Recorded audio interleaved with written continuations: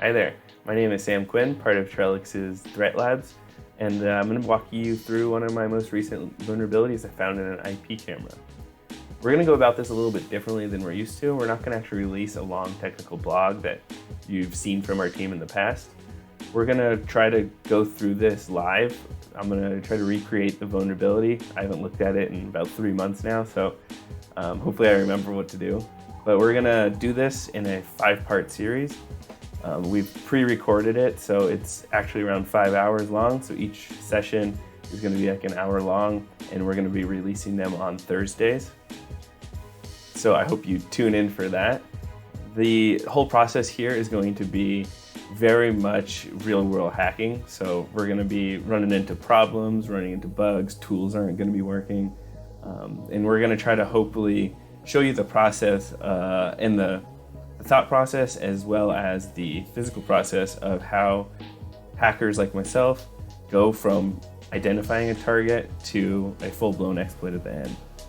So the first video we're going to dive into is going to be looking at the device itself, why I chose this device, how I started to look at it as a target, and then we're going to dive into some of the hardware components and how we can access the physical device and get to some of the hardware hacking techniques that we use. Then we're going to try to access the bootloader, and then we will also try to dump the flash memory to try to get access to some of the software on the device. So I hope you tune in to all 5 of these episodes.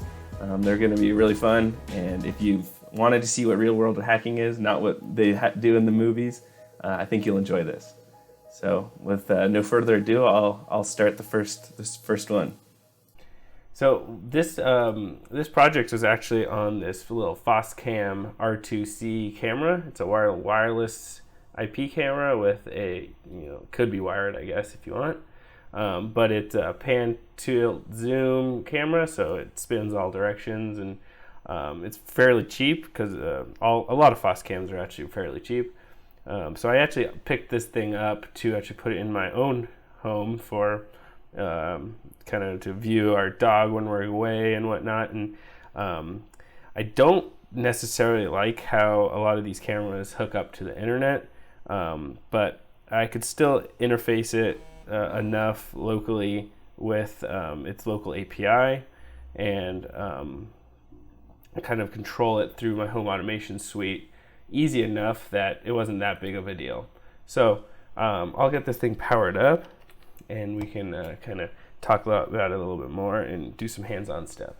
So the first thing that I like to do with this is it saves motion detection videos and still images to the SD card. However, when we're home, I don't want that to be filled up or take constantly constantly being triggered. So one of the things that this thing runs is it has its own web server with a little API built into it that allows users, or me for instance, to curl API commands and actually change the settings of the device. And one of the settings that I like to change is actually the motion detection feature. So if I am able to just run a command and have that change, I can automate that with my home automation suite. So if we're home or when we leave, turn on that. So it kind of fit the bill quite good. One of the things, though, that is quite interesting about this device is that it actually sends all traffic over HTTP and HTTPS. So HTTP is good for legacy, but everything really should be HTTP at this point, or HTTPS at this point. Especially knowing that the fact that this camera actually sends users' credentials over the URL parameters. So when the URL parameters contain your username and password, it's probably something you want to keep safe. And that's exactly what I thought, putting it on my network. I didn't want any eavesdropper or guest that connects to my network to be able to just instantly just open up Wireshark and see the URL parameters for this device and get my username and password for this camera. So we'll head over to the terminal here and just see if this thing's alive at this point. So we'll just ping it here. Yep, it looks like it booted up properly. So we can port scan it. This is just running an nmap command. And you can see that it actually has HTTPS in a, it's listening on that port. 8080 is actually the HTTP port. I don't know why they did 8080. And I think 888 is actually the RTSP stream, but we can maybe double check that later. So as you can see, it was fairly simple from this perspective of what's going on. And since this does run a web server, you can actually curl things to it. So like if I just run curl this isn't my username and password if you're wondering. So we can run that. This is over the 8080 port, and it sees CGI result -2 because it's probably the wrong password. However, if we try to do it over HTTPS, empty reply from server. So that's kind of weird. We would hope to expect the same result. However, so this is what I was seeing from my home automation suite. I was getting a bunch of errors that the camera was offline, couldn't control it and whatnot, and that started to bug me. So I head over to the browser, and you can actually see when I go to that device at HTTPS, I get a secure connection failed. And this actually took me a while to even realize this isn't just the normal, like if you type in a address that doesn't exist, that can't find or whatever. It might take a while to time out. However, so I was kind of curious about this, why I was kind of thinking that the device was broken or whatnot. However, when I actually found out that the certificate actually expired in 2020, so about a year ago, soon. So that was what actually is causing the device to not connect on the HTTPS. And if you go and change this to just HTTP and then give it 8080, we can actually see it does load stuff. So just like we saw from the terminal, it is working over HTTP but not HTTPS. And like I mentioned before, I don't want the username and password to be sent in the plane. So I started to dive into how to fix this. And my first thought was, maybe I should just update the device. Part of my, a lot of these webcams that talk to the cloud or whatnot, I actually add firewall rules so they can't ever talk outside of my network, even though they're designed to. That kind of helps me feel like it's not going to auto update or anything. So that I was wondering maybe it's just out of date firmware. So I went over to the Foscam website and found out that they have this Foscam VMS software. I loaded it up in a VM, and you can see that I can actually connect to my camera. And one of the parts that you can do in this setup is go to System Upgrade. But what really caught my eye was actually this download latest firmware. It just downloads a zip file of the latest firmware. Being a security researcher, this definitely started tingling my spidey senses.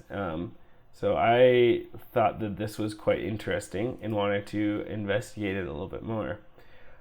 So that's exactly what I did. I didn't expect to find anything or really dive into it very long or for very intently. But it was kind of fun and actually turned out to be like a pretty fun little like CTF challenge almost. So I kept going until I actually found an exploit.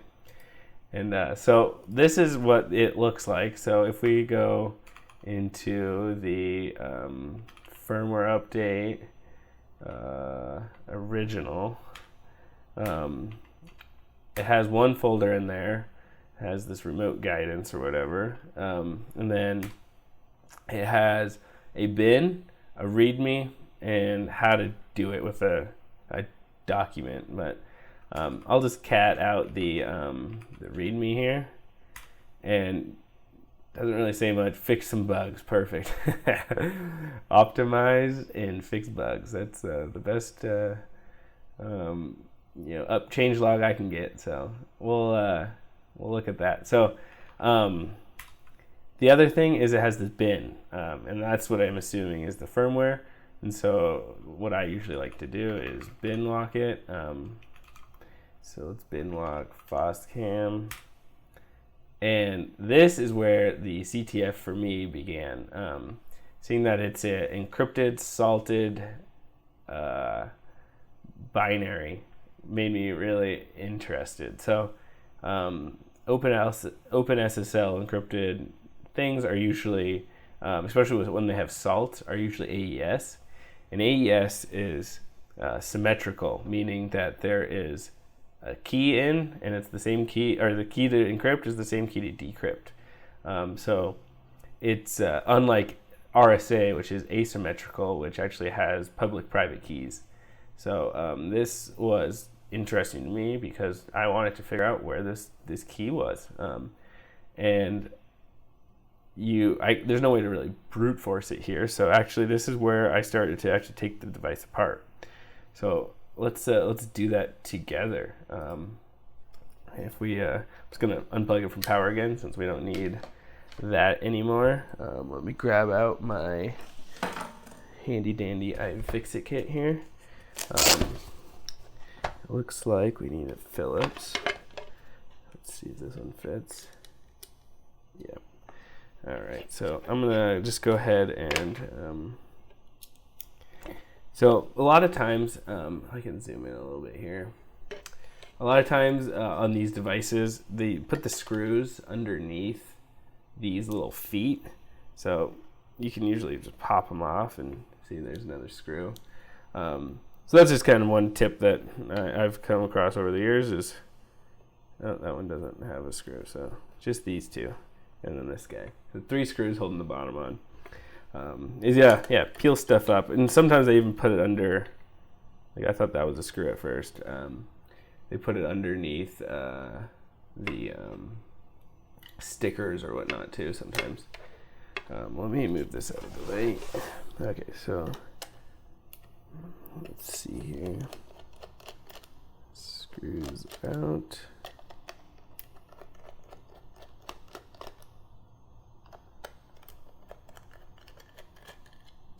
Okay, so now we have the guts. Okay, so it looks like, all the motors and stuff are up inside of this unit here. And then I think all of the smarts and brains are down in this unit. We could potentially start unplugging things, but I think it might be easier to just leave it like this. And so one thing that I want to point out is kind of these different devices in here, or different chips. This one is the CPU. You can tell because it, for one, has the most pins, and then also it says ARM right on it. So I don't know if you can see it. It just says ARM. So that's good CPU. This, I'm not really sure. It has a sticker on it with a version number. I don't know what that is. This to me looks like a flash image though, or a flash device. MXIC. Yeah, I would say that's probably the flash. And then another thing that a lot of these little Linux systems have are some way to actually identify identify bugs or debug in the factory. So they'll usually add a UART connection, which can help the people in the factory figure out where get access to the console, I guess. In UART, it's always 4 pins, and you can see right here there's 4 pins. So that to me right off the bat looks pretty UART-y. So sweet. So how about let's let me pull out my my logic analyzer and actually hook up into these ports and see what we can do from there. Okay, I got my Saley Logic 16 here. This thing's pretty sweet, has 16 channels. We won't need all 16 channels to identify what we're doing here, but yeah. So one of the things that we can do is we need to figure out ground. So I'll pull out my handy dandy multimeter here. I'll put it on continuity mode or impedance mode, where not impedance, resistance mode, where I can identify. See, when I touch these together, it goes to 0. So that means there's 0 resistance between the two. And we'll just kind of poke around until we find one of those pins of those 4 that is ground. An easy way to also identify what is ground on the board is something big and metal.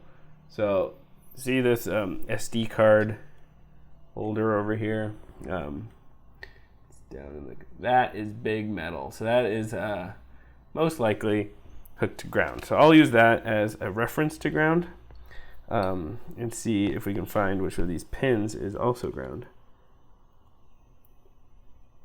I'll do like this. You can actually see the screen. Oh, first one. So that's ground. We'll just double check the others. Huh. They're not all ground, are they?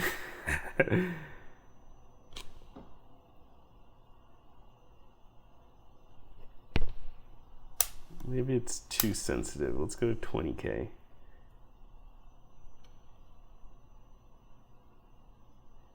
Okay. So you can see that at 20K, I don't know why, but that one's not ground. Next one's definitely not ground. This one's ground. So the third in from the right, and this last one's not ground too. So what I'll do is grab green will be a good color for ground. Take one of these little jumper pins, male, and hopefully I can shove it in there. Nice, it's a perfect fit. Oh, maybe a little loose, but I don't want to solder to this, so I'm just gonna plug it in, and it's not going anywhere. So now we have ground. So let's hook that up to the ground on this thing, which is actually this black one. And you can see that it shows a little ground symbol. I don't know if that makes sense or not, but so this black one's ground. I'll plug that into that. And then number 1 will be this gray one. So I'm just going to plug these other pins into here. I chose all different colors to help us out.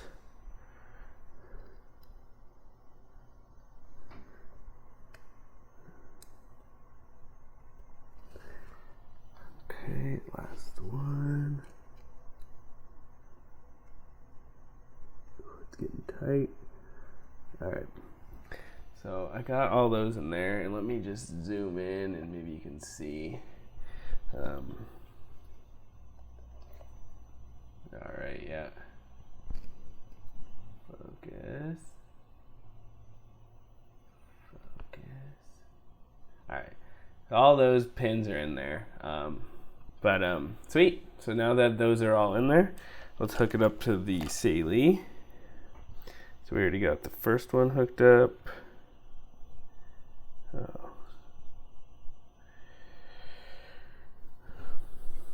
I actually just found out that this pin says ground on it, so I'm gonna flip this back over.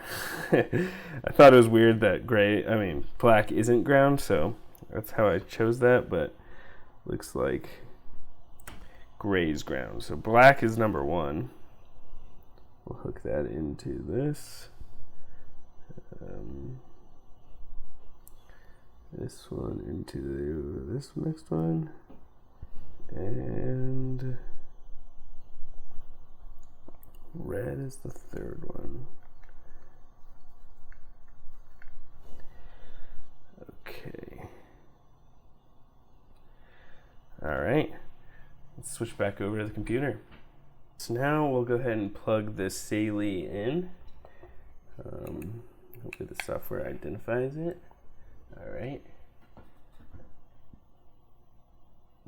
So it's connecting logic 16. Nope, sorry. Okay, set up our capture. I don't want to go through the tutorial. I want to figure it out myself. Okay.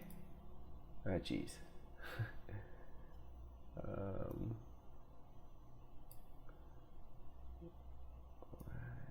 Okay. So we'll click on the device, and we want to check on 0, 1, and 2. So all three of these channels, because we know the third in from the right is ground, so we don't need to check that. Okay. And then, yeah, let's do a timed.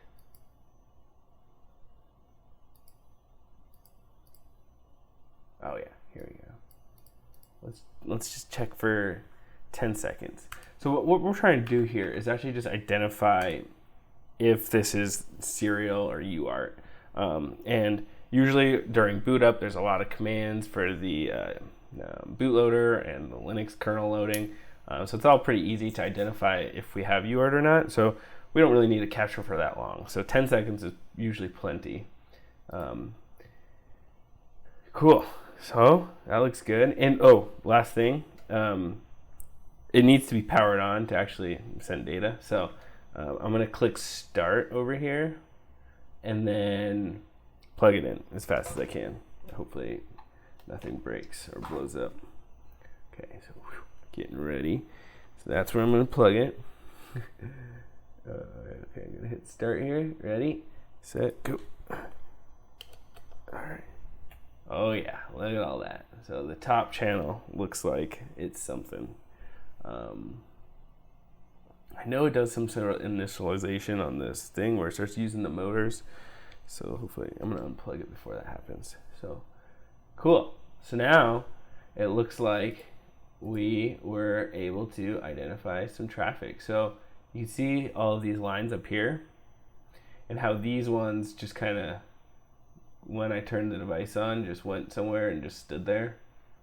Not too interesting. Probably, you know, the receive pin. The receive pin wouldn't be sending any data. So what we can do is actually zoom in on this, and you can see how detailed that is. So it did a lot of stuff, and they're all variable width. Good for UART. So let's try to actually turn on an analyzer, turn on asynchronous serial. I always start at 115,200. That's the most common baud rate I've run across. 9600 is fairly common, but I feel like this is the one that I see the most often. So let's put it on channel 0, because that's the one that we saw the data on, and see what happens.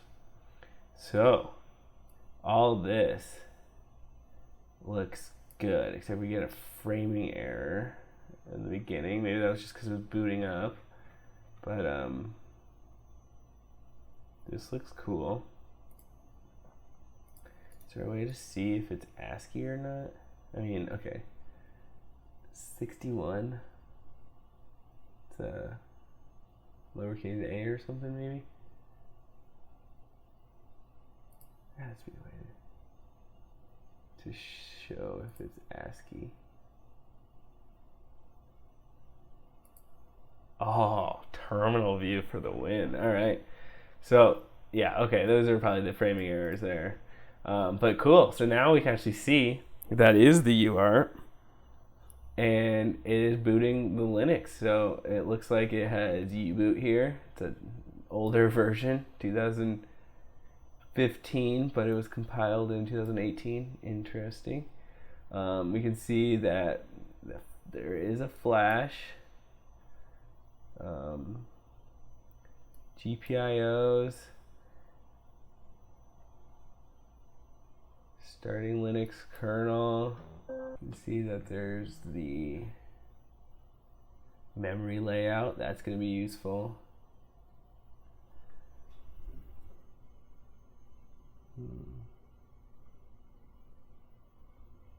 Cool.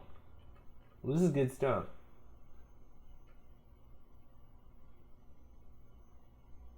So now, how about, oh look, there we go. This is really useful. Hit any keys to stop auto boot. If we can get into the U-boot bootloader by usually hitting keys like this, and when it has any number greater than 0, it means it's not disabled. So it actually allows user intervention to actually drop into the U-boot bootloader menu. If we can actually do that, we might be able to change the init value with whatever we choose, probably shell, just sh, and then we can actually get a shell on the device if we can't already get one. So we'll go ahead and unplug the Staley at this point. It's finished its job. We have identified, actually, before we do that, channel 0 is, black. Black is white. This is going to get confusing. I'm going to do it in order. So I'm going to grab my bus pirate here. This thing is just a device that speaks UART. So you can see it here. It's a bus pirate V4, I think. Yeah, V4. It does a lot of things. It's kind of a all-in-one utility. It can do UART, SPI, JTAG sometimes. I couldn't get it to work though, and whatnot. So we'll just start plugging these things into what I know is the correct pins on that. So ground goes to ground. Got it. Never know which ones of these are. I just realized that also one of these pins on here is probably just straight voltage. And it's not actually that easy to identify which one with the digital mode over here. So how about let's just rerun this real quick before I unplug it all and turn on analog. Analog is a way that we can actually use, it will give you a variable, not just an on or off like the digital stuff here where it's a square. It'll actually tell you like the amplitude of the waves, and if we're lucky we can identify, because I don't think the receive pin will actually go high. So if we go back here,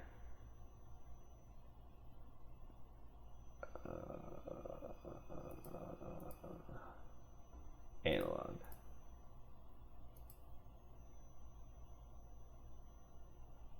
Why can't I do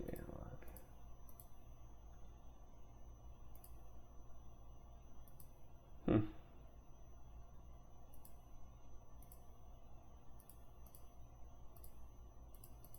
Okay. Well, that's easy enough to not have to do, I guess. We'll do it a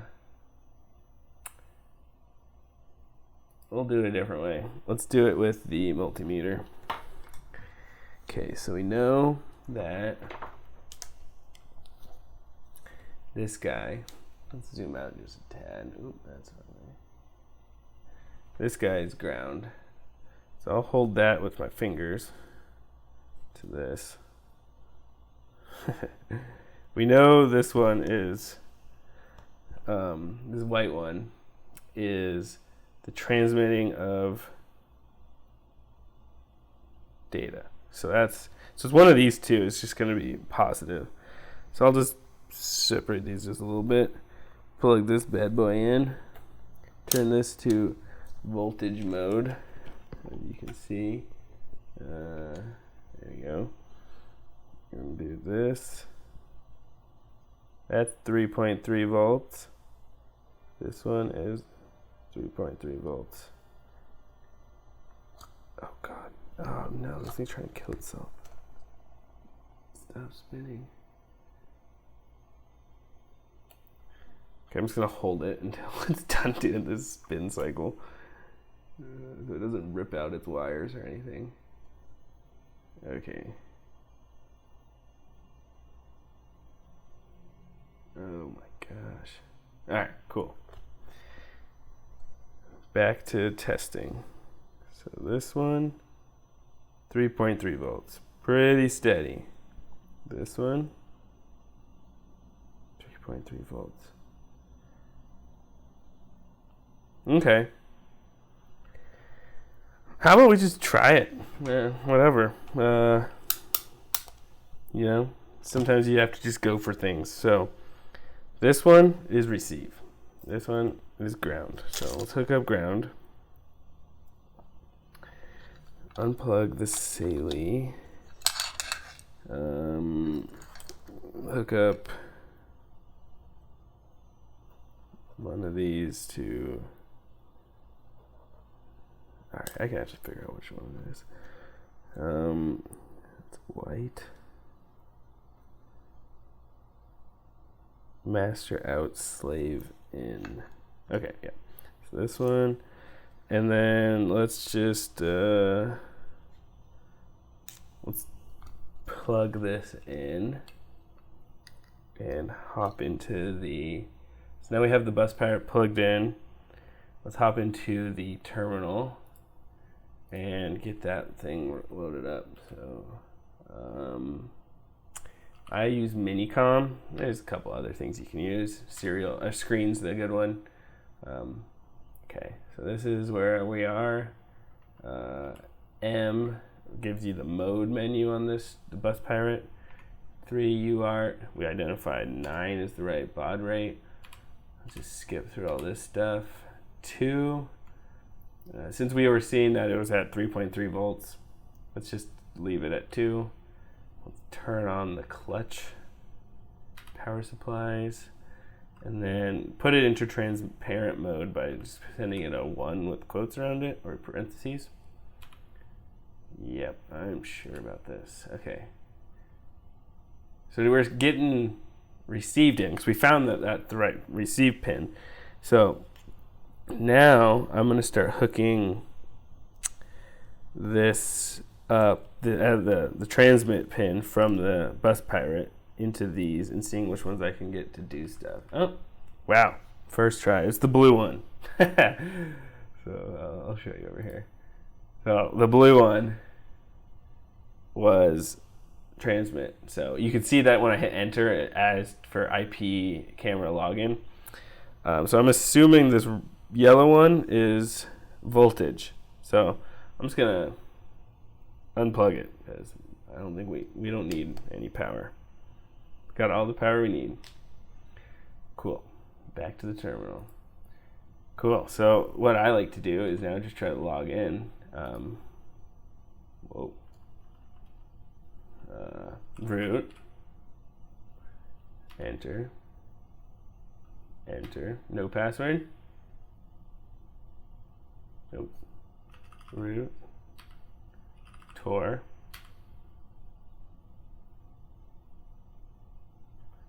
Root. Root. All right. Login incorrect. So we don't know what the login password is. Let's just try to figure out another way. So let's try to pause U-boot and see if we can get that to work. So I'm gonna go ahead and yank the power on this thing. Power unplugged, plug it back in, and hit some keys when it asks to hit any keys. Okay. Oh, it's asking for a password too. Huh. Tor.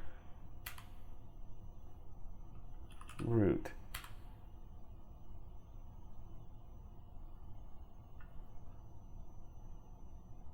IP cam. Okay, so now it's booting. Alright, so we get 3 attempts. I unplugged it. We get 3 attempts to type in the password correctly.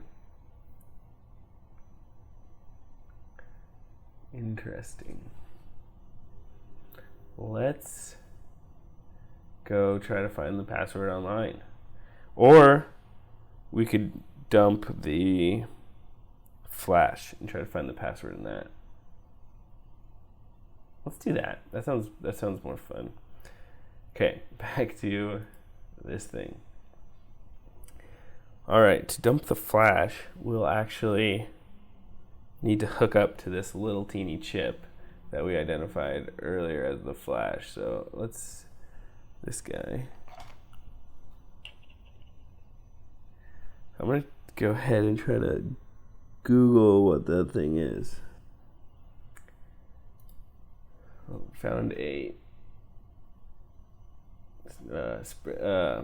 data sheet for that chip, and it is flash memory, like we thought. Cool. So let's find the pin configurations. We got, I think, this top one here. So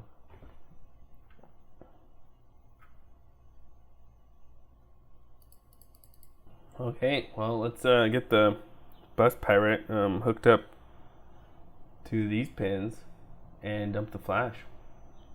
This might be easier. So I grabbed these little guys. So these will hopefully help. Yeah, they shoot out little grabbers. Those we can actually hopefully hook onto the flash chip. Oh, that's max zoom as far as we're getting in. Okay, let's see. Where's center of the camera? This way. So there's a little dot on here. So CS chip select. That is an important pin. So we'll grab that one. We'll make that with this green bit.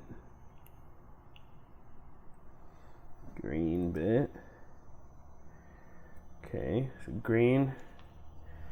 And then we'll unplug that. So now we actually just have the bare. This will help figure out which pin goes to which. Hopefully. So chip select is, you can see on the back here, there's a little pin out. It's the one that's second up on the right. Yeah, so this one. Okay, so we got that plugged in. Cool. On to the next.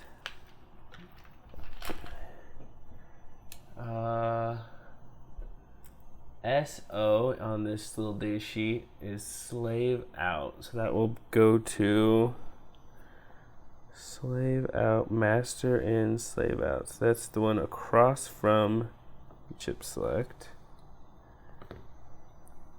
So plug that into there on the board. And then that is right below here. These things are always so crazy. I always feel like I'm gonna short something out. But knock on wood, haven't done it yet. Okay. Got 2 connected. Let me actually knock on wood. Write protect. That's probably smart to use, but I don't know. I'm gonna skip it because there's not one on the back of the bus pirate. Let's just double check if we need to use it. Bus pirate spy. If I type by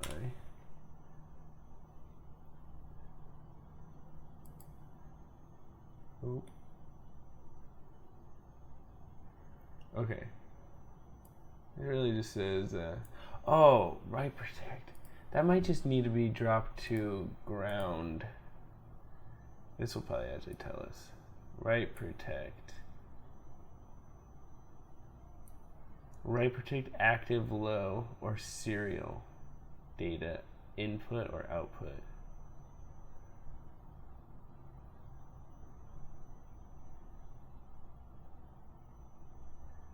Okay. Let's activate that with ground. So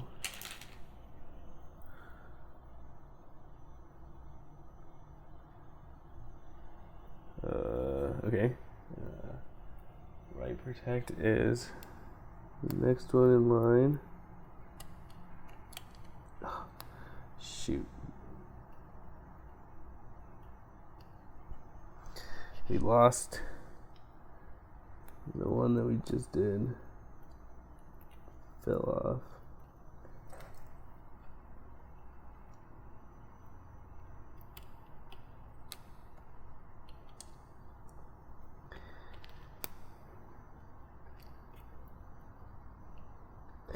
You know, let's just do this crazy. YOLO. No write protect. We might be right into the board anyway, eventually. It's just getting too crowded in there with these little grabbers to have all of the pins populated. So let's not populate some.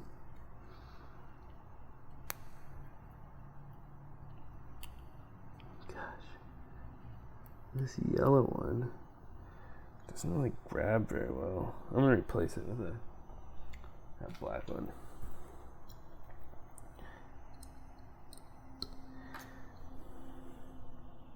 Substitution.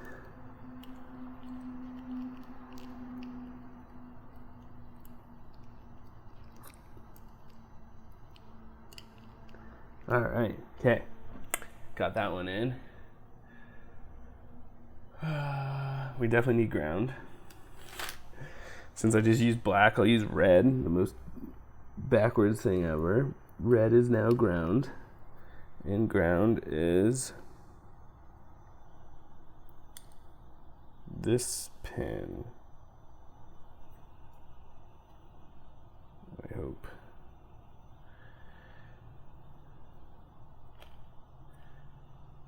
Yeah, okay. God dang it. Okay, don't fall out this time. Alright, so now we're actually going to need to power this. Since we're not going to boot the board up, we're going to just try to give power only to this flash chip. Let's hook up yellow.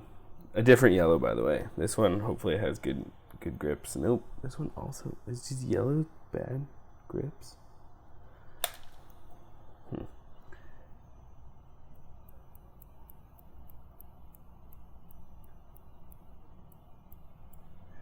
Oh, let's try it. Okay, yellow. This will be plus 3 volts. So right below ground.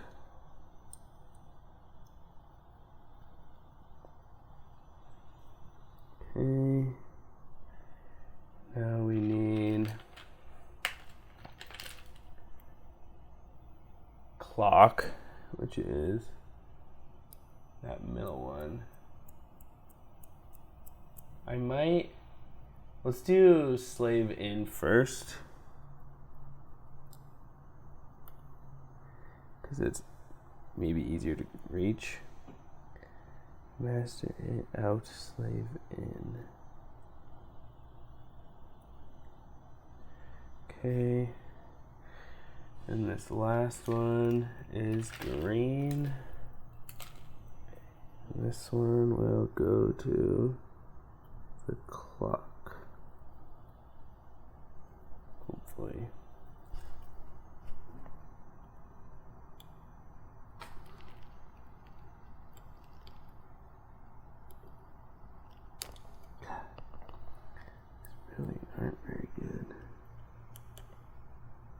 Got these ones off eBay for my home, and they kind of suck.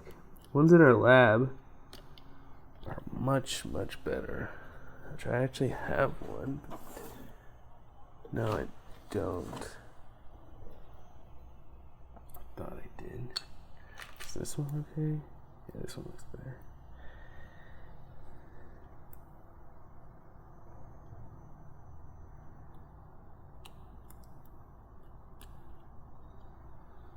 Okay, hooked in. And I remember where this one goes. It goes across from the last one. Okay, so we got 6 things plugged in there. Yeah, that is quite a bit of tedious stuff. So we got clock select, SO, ground, we got VCC, clock, SI. I think we're good. I'm just gonna go ahead and plug this in. Bus pirate is plugged in. Let's switch over to the terminal.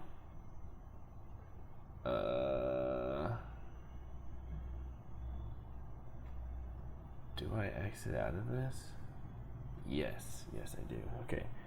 Control A. Control A. Oh, jeez. Need to actually be on there. Control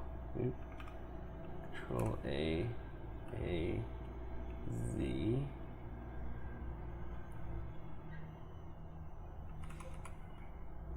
Q. Yes. Exit. Okay. So let's go ahead and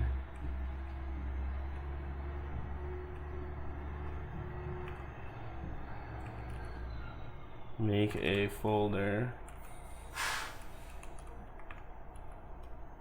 Dump. And now we will go sudo.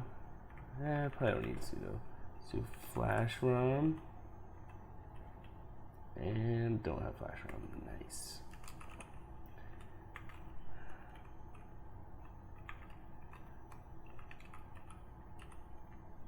This is so hard to type over all these tedious wires.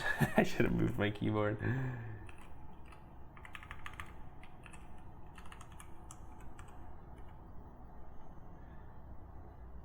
Alright, now we got flashrom.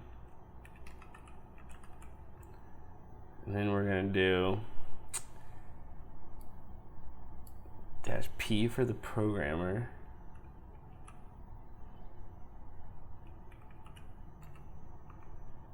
Bus pirate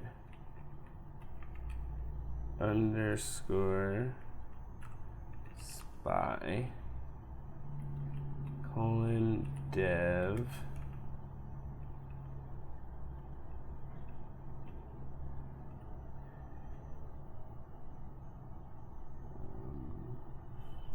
Also doesn't help that I just changed to a brand new keyboard and I don't know actually how to get to most of the keys. I don't know how to do a equals. I haven't had to type in equals yet.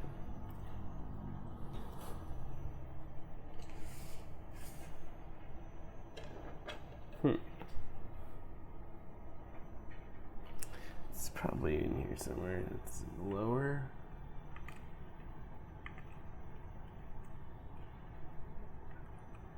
Ah, there's the equals.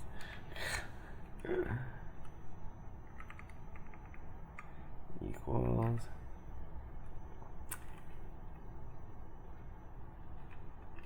Dev. Is it? Here, let's just do this to double check that we get the right one.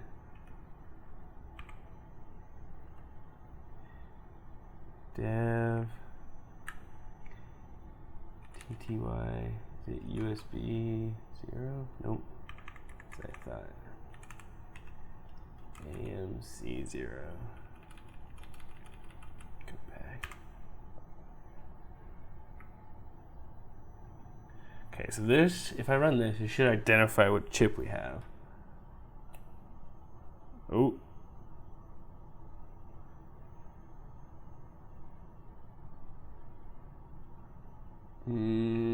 that's not good.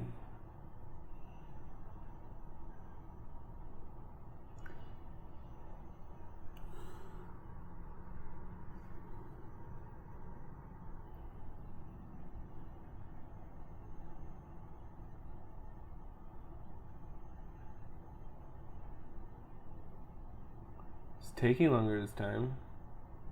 I don't know if that's a good thing or not, but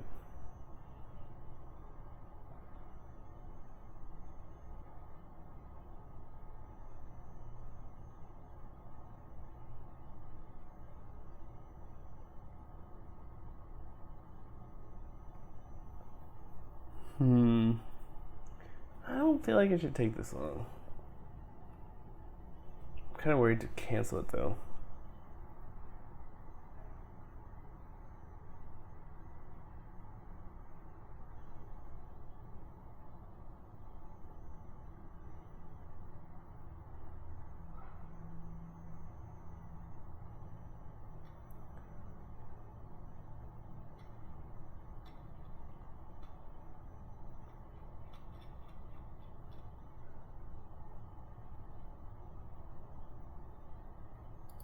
Alright, cancel. I'm gonna unplug it just so we're not frying that chip if we are. Flashrom has a way to actually print out what supported, so list print supported devices. That's exactly what we want. So dash capital L. Let's grab it.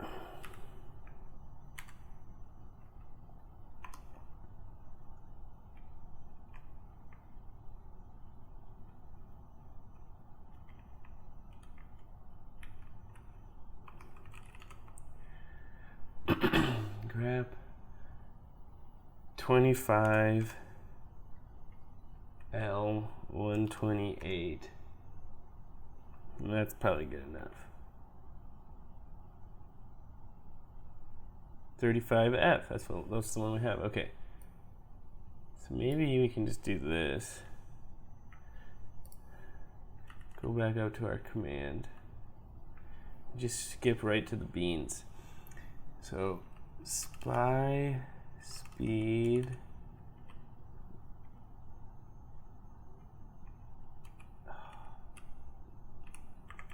getting better equals 1 M C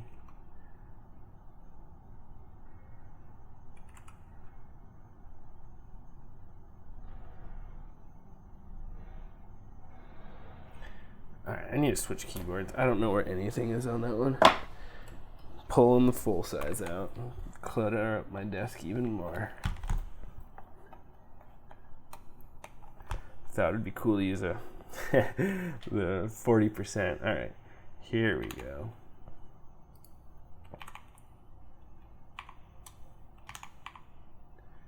Yep, we want that.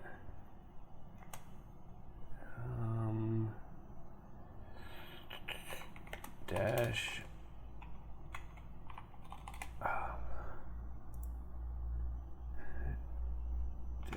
R dump.bin. Okay, plugging it back in, hitting enter.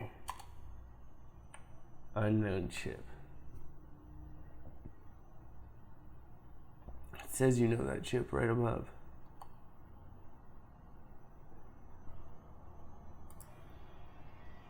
Just Googled it. You have to type in the entire string of chips.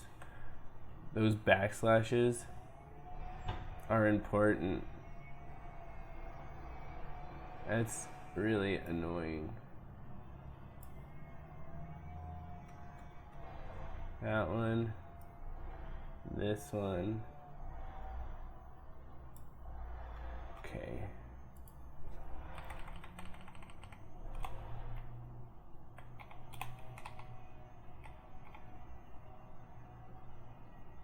slash this one.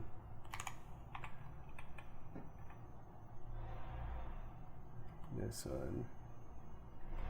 Oh, now I need to plug it back in. Okay. Whew. If everything goes good this time, we'll be cooking. And something's wrong.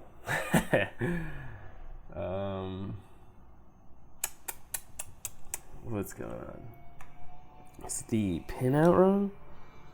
Did one of the things fall off? So many questions.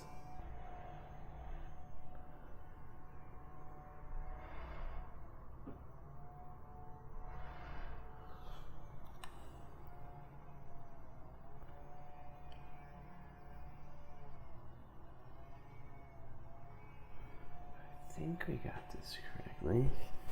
Ground, 3.3 volts. Unless this image is like mirrored.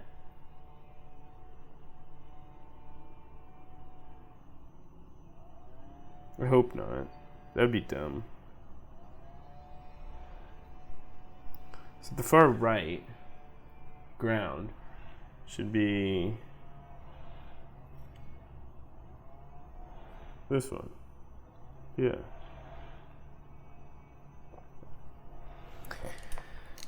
Let me just double check it with the multimeter.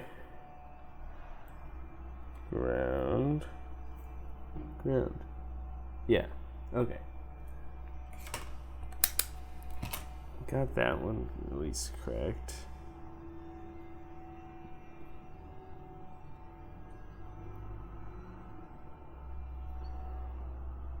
So black is master in, slave out.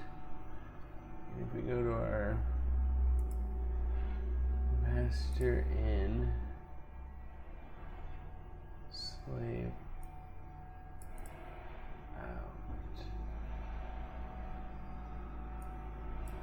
should be 2. Okay. It should be ground, that's right.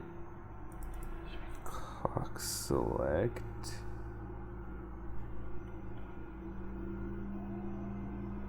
Yep.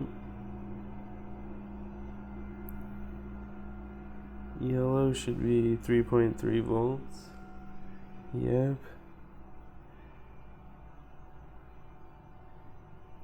Chip select. Oh, wait. Oh, yeah. That's still right.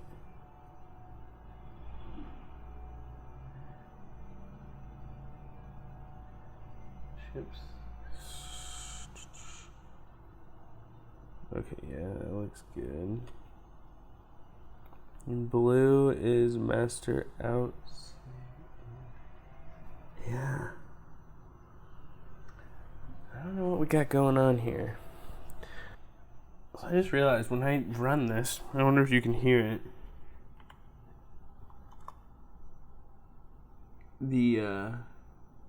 Oh, of course now it doesn't do it. Yeah, there you go. It's starting to boot up and like seems to like be browning out from power maybe. So I'm gonna start maybe unplugging some of these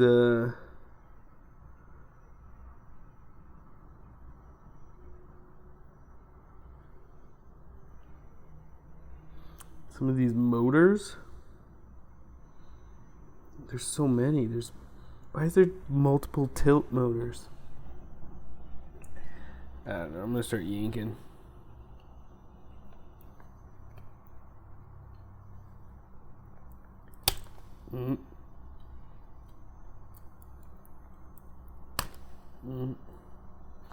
So we don't really need it to actually do anything.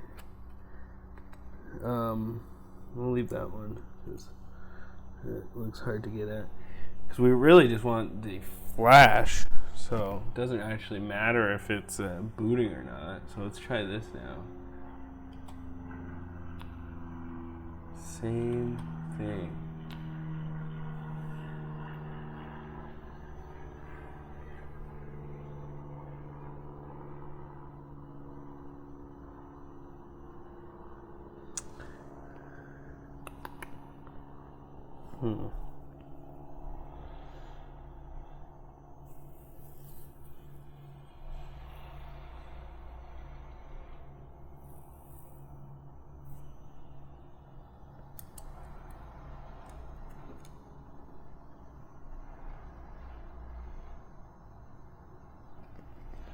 There's one more I can potentially unplug. Let's see if I don't yank something else out. Alright. Dump the flash. Dang it.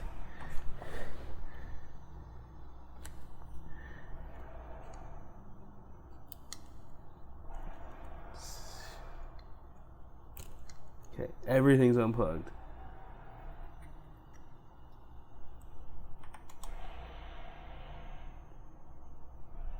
Seems to be running.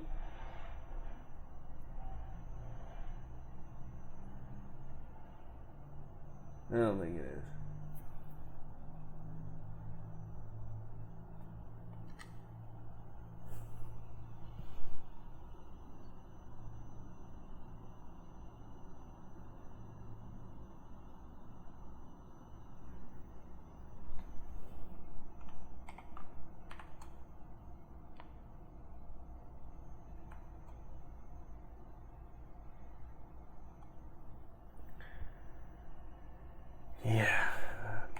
The bus pirate, man. The bus pirate.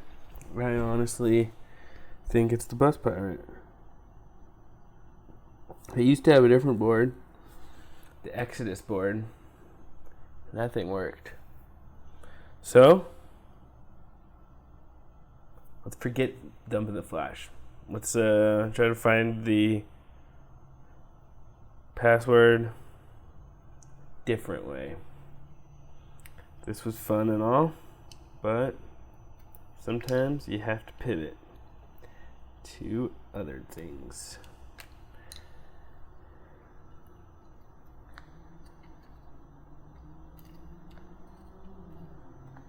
Okay, hopefully I can remember how all these plugged back in.